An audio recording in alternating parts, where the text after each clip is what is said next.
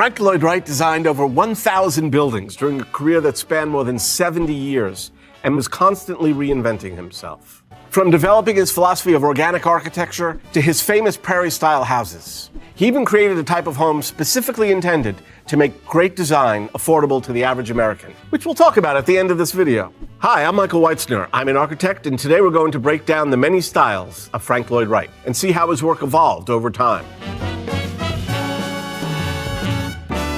Frank Lloyd Wright was born in 1867, just 2 years after the end of the American Civil War. He died in 1959, shortly after the U.S. sent troops into Vietnam. In that 92-year lifespan, he would witness a giant leap in technology. The implementation of indoor plumbing, electricity, the invention of the telephone, the automobile, the airplane, radio, television, and the dawn of space travel. Of the 1,000 buildings he designed in his lifetime, 532 of them were built, an astounding number. But to understand how his style evolved over his career, we need to go back to one of his very first jobs. At age 20, Wright joined the office of Adler & Sullivan, a prominent and important practice in Chicago, whose ideas of skyscraper design are still in practice today. Louis Sullivan was known as the father of modernism. Sullivan believed that first and foremost, a building should be functional. In fact, he coined the term form follows function, which would inspire architects of skyscrapers and modern buildings for generations to come, including Frank Lloyd Wright. While working for Sullivan, Wright quickly rose to be relied upon as a prominent designer. So much so that when one looks at a floor plan of their new offices in the auditorium building, along with Sullivan and Adler's offices, there is an office labeled Mr. Wright's room. He was only 22 at the time. 2 years later, at age 24, Frank Lloyd Wright contributed significantly to the design of the Charnley House in collaboration with Louis Sullivan. This is the Charnley House on what is called the Gold Coast of Chicago, the northeast section near the lake. This house foreshadows many of his design ideas that were to come. You can also see Sullivan's presence here, as it bears the hallmarks of the Chicago school style of early modernism. So what you see in this photograph is the building resembles very strongly an Italianate palazzo. It's got this veranda that sticks off the front with this Sullivan-esque kind of ornamentation that he was known for. And it's got this band at the top, sort of the beginnings of a clerestory that Wright would later go on to use quite often. And it's got this prominent entrance that Sullivan used quite often. So what's interesting about this is that a lot of the hallmarks that Sullivan used in his skyscrapers are actually evident here. Sullivan's ideas of skyscraper design were actually inspired by a column, believe it or not, where there's a base, there's a shaft, and there's a capital. So the other thing that I find really interesting about this photograph, there's also sort of the beginnings of what we'll see later in Wright's prairie style. And we'll see later in examples how Wright takes this and expands on it even further. Soon after this building was built, Wright took on some after-hours freelance work because he was in need of some extra money. When Sullivan found out, he was enraged because it was specifically stated in his contract that Wright would not do any freelance work. And so Wright left the company to strike out on his own. Whether he was fired or quit remains a mystery. At the age of 26, Wright's solo career was underway. He had a wife, Catherine, and 2 children to support, and another one on the way. One of his first commissions was for a friend in River Forest, near Oak Park, where he and his family lived just outside of Chicago. It's here that we see the beginning of a style that he would truly make his own, and one that he is possibly most remembered for, the prairie style. The prairie style is known for horizontal lines being parallel to the earth, open floor plans, low-pitched roofs, strong overhanging eaves, and a strong connection to nature, among other things. And while Wright was a pioneer of the prairie style and its most famous practitioner, he was not alone in developing it. A group of architects that Wright referred to as the New School of the Middle West were embarking on a journey to create a new American architectural style together, distinct from the traditional European influences. Inspired by the sweeping plains of the Western U.S., this group included architects such as George Elmsley, Myron Hunt, and George Washington Mayer. While they all contributed to the shared American language of architecture, it was undoubtedly Wright who would take these ideas to their fullest expression.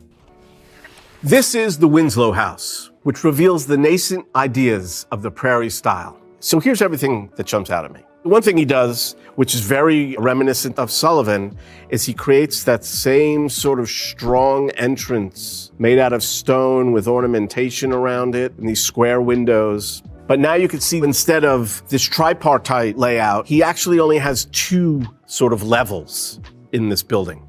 He's got this base, which the entrance is worked into out of Roman brick.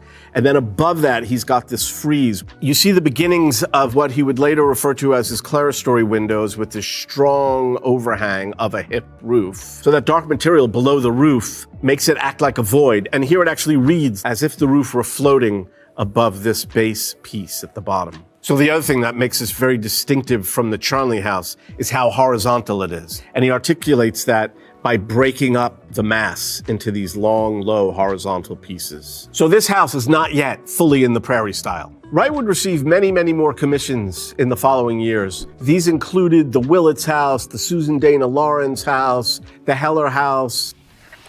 One of the most notable was the home he designed for Darwin D. Martin in Buffalo. The Martin house takes the Prairie style to a new level. This is a full-on Prairie style house compared to the Winslow house. Wright does a number of things to increase the horizontality and make it more parallel to the earth. And one of the things he liked to do was create these planters so that the house sort of stepped up from the earth up to the roof. And the other thing that you could see very strongly is there's no longer any symmetry. Where the Winslow house was clearly a rectangle with a roof on top of it, this, you don't read the rectangle at all. One of the core principles of Wright's architecture was the open plan and breaking open the box. Where most architects would create a rectangular room and plan, Wright would actually break this room up and break the corners away. So essentially what you'd get are these open corners. And he would also do that in the vertical direction. He would take the roof and he would bring the wall only up a certain distance so that the roof appears to hover over the wall. Then he would just infill that with a piece of glass. So he liked to break open the corners, essentially. That's how he felt the box gets broken open. And you could see that right here, right? So you could see these windows and the roof above floating above. You could see it over there as well. So instead of a full wall coming up and meeting the eave of the roof, what he does here is he just brings these piers up and then he fills in between the piers with a spandrel, which creates a terrace, and then he pushes that wall back further, and he all of a sudden gets this whole different reading of in and out where the exterior and the interior become blurred. So these windows are breaking the box vertically, and these piers are breaking the box horizontally. A few years later, he would take the Prairie style to its pinnacle with his design for the Roby House on the south side of Chicago. Okay, this is the Roby House. This was completed in 1910, and it still looks as striking today, 100 and something years later, as it did back then. What he's done is he's gone even more horizontal than he did at the Martin House. So now he's lowered these hip roofs so they're even more shallow. They extend even further. Look how far this roof extends out over this terrace. He pulls the brick of the terrace further out. He has this longer line of windows under this roof eave, but now you can see the total separation between roof and form below as if the roof hovers, and these windows are what fills that gap. Wright was very inspired by nature, and so by breaking the box, it was his way of bringing more of the outdoors inside the house. He wanted to blur the boundary between the inside of the house and the outdoors. Let's take a look at how these windows relate to the inside of the house. So this row of windows that you see right here along the street are actually this row of windows on the inside. And the other thing he does is the idea of the open plan.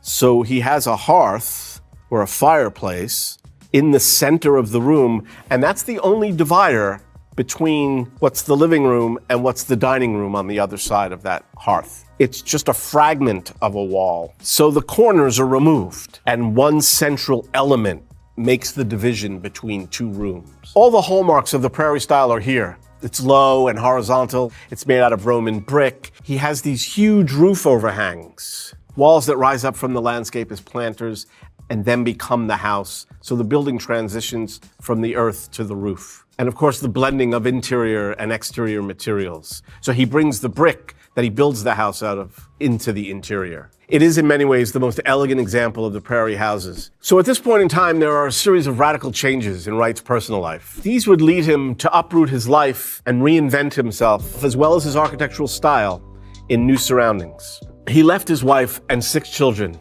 and left the United States to go to Europe with Martha Borthwick Cheney, known as Mama. Cheney was a translator and an early figure in the feminist movement, who Wright considered his intellectual equal. After 2 years in Europe, Wright returns in 1911 and settles in Spring Green, Wisconsin, where he builds himself a new house that he called Taliesin, which means shining brow in Welsh, Wright's ancestral home. So it employs sort of all his ideas of the prairie style. In 1914, while Wright was in Chicago overseeing the Midway Gardens construction, tragedy would befall Taliesin. A deranged worker murdered Cheney and her 2 children, along with 4 others, and set the house on fire. Wright would rebuild, but the tragic incident left a deep wound and effectively marks the end of Wright's works in the prairie style. Shortly after, Wright was invited to Japan to design the Imperial Hotel. Wright was strongly influenced by Japanese art and architecture and was an avid collector of Japanese prints and sculptures. And so it is ironic that when he received his first commission in Japan, he looked to other cultures for inspiration for the design. It seems to be somewhat inspired by Mayan and Native American art and architectural forms, which would continue to influence his work going forward. In 1919, a new period of Wright's architecture began, this time in Los Angeles. So this is the Hollyhock House, and there are still many elements of the prairie style here, where it spreads out horizontally along the land. And he keeps these low walls that act as planters in some cases, and others terraces. But obviously, Wright is looking at something new, and he's created these heavy roof forms that clearly appear to be Mayan in their influence. So now, instead of using brick, he's using stucco, which changes the whole flavor of the house. Instead of having a base and then a frieze and then a roof, now the roof sits directly on the base. There's no intermediate zone of the facades. The other thing Wright does, because now we're in a very warm climate, is he has a lot of the windows facing inward towards an interior courtyard instead of along the exterior. So he takes another idea of bringing nature and the outdoors to the interior, but here he borrows from the Spanish colonial and he actually creates a courtyard with gardens and hanging plants and wraps the house around that. So the Hollyhock House is named for the flowers that grow wild on Olive Hill where the house was built. This house, with its massive roof and Mayan-inspired forms, would lead to a new period for Wright, one based on innovation and technology. So this Mayan-influenced design continued with the textile block houses in the Hollywood Hills, which we talked about in our haunted house video. These houses employed blocks cast in concrete with ornamental designs in the mold and were connected with steel reinforcing rods to create these elaborate and intricate designs. These included the Ennis House, the Freeman House, the Stora House, and the Millard House, known as La Miniatura, which is in Pasadena. These blocks were sometimes perforated and sometimes opaque, and the textile blocks were created on the site where the house was built, using the earth and sand and stones from the ground on which they were constructed. This was core to an idea that Wright had been exploring since the early days of the prairie style, a guiding design philosophy which he called organic architecture.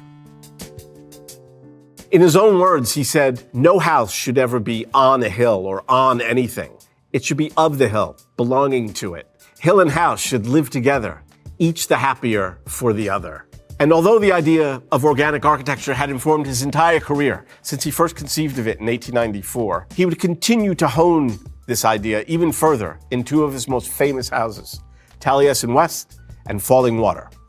With the onset of the Depression after the crash of 1929, Wright found himself without any work, and he decided to create a fellowship where he taught his ideas and principles of organic architecture. Edgar Taffel wrote a terrific book on the fellowship called Apprentice to Genius. I always encourage aspiring architects to read it. If after they read it they're not inspired, I tell them they should consider a different profession. So in 1927, Wright goes to Arizona. He gets a commission to collaborate on a design for a hotel in Phoenix, designed for the Biltmore Company with one of his former students. There he discovered the dry, arid landscape appealed to him and decided to purchase land outside of Phoenix in Scottsdale. It was here that he would design and build Taliesin West, which would both embody his ideas of organic architecture and serve as a place where he could teach them to a new generation of American architects. In fact, the apprentices participating in Wright's Taliesin Fellowship contributed greatly to the creation of the estate, not only contributing to its design, but also taking part in its fabrication and construction,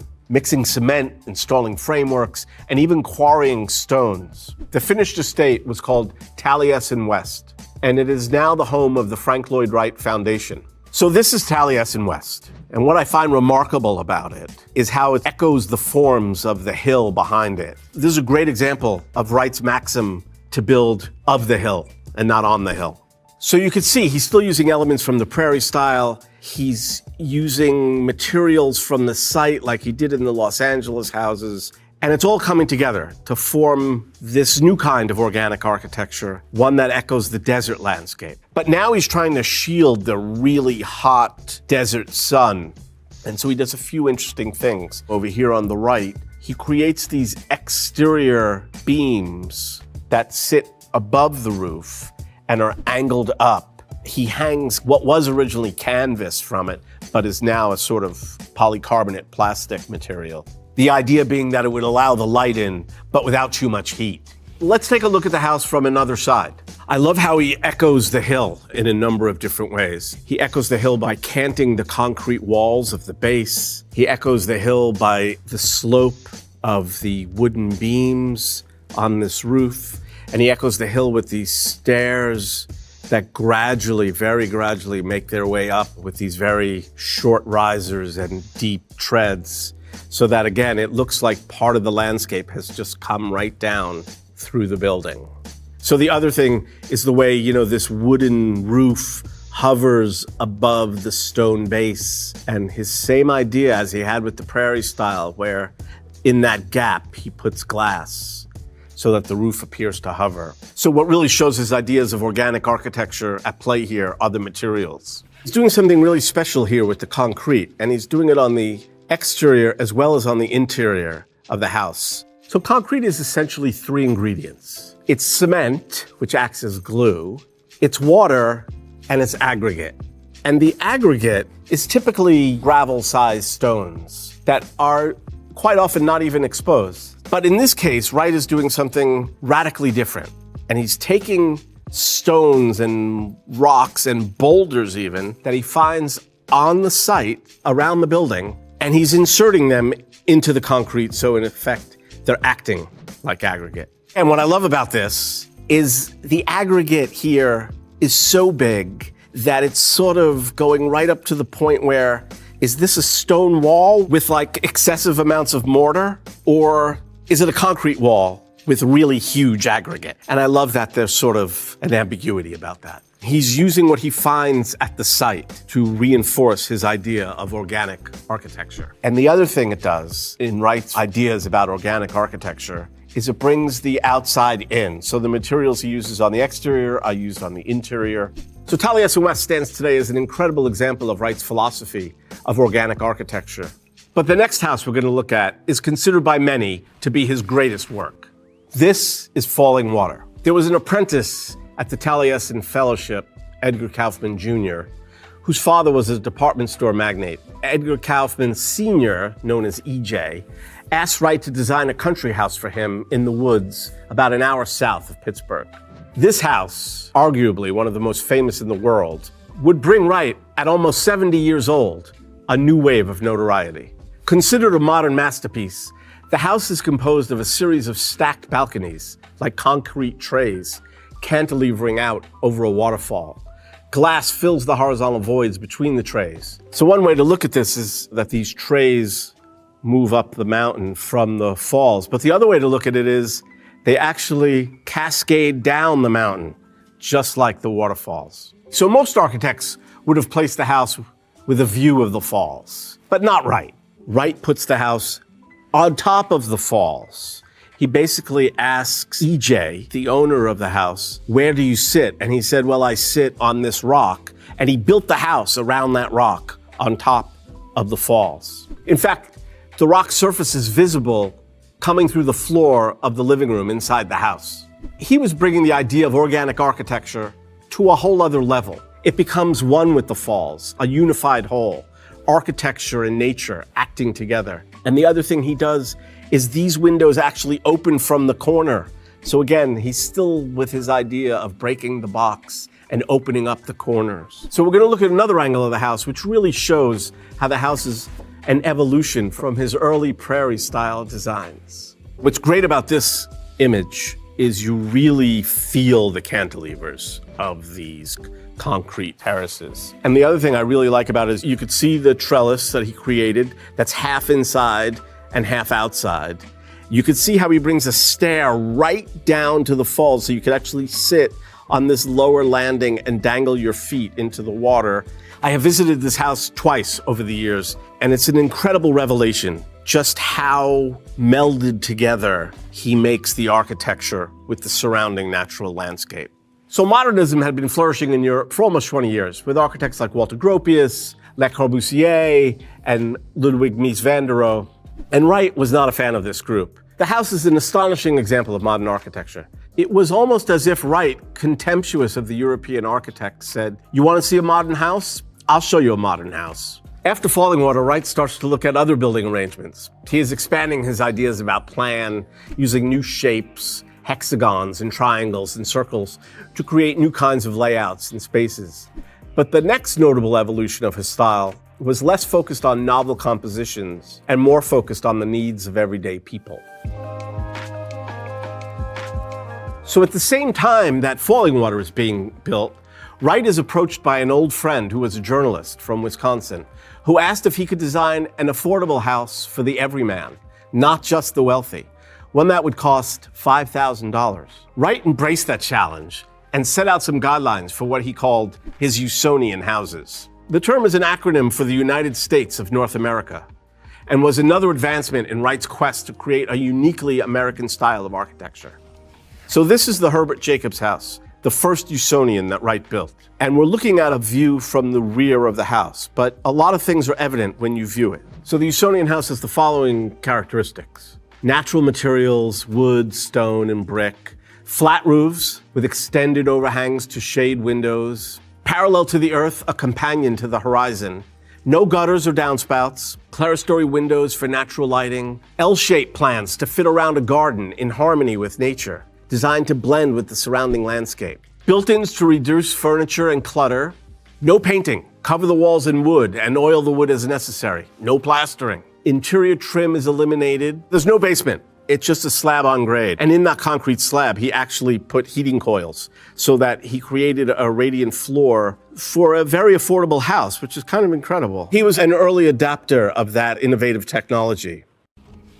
Okay, so this is the front of the house, which has a completely different feel. So I love the contrast between the two sides of the house. So you can see that the rear of the house has a ton of glass to let the nature come inside. But the front of the house is much more concealed. The side that faces the street has very few windows, just this line of clerestory windows under the roof overhang. So instead of lots of glass along the street where everybody could look in, Wright was basically advocating put all the glass on the back of the house where it's more private. The house ended up costing $5,500, including the architect's fee of $450. He imagined these houses being built in bulk to bring the cost down even further.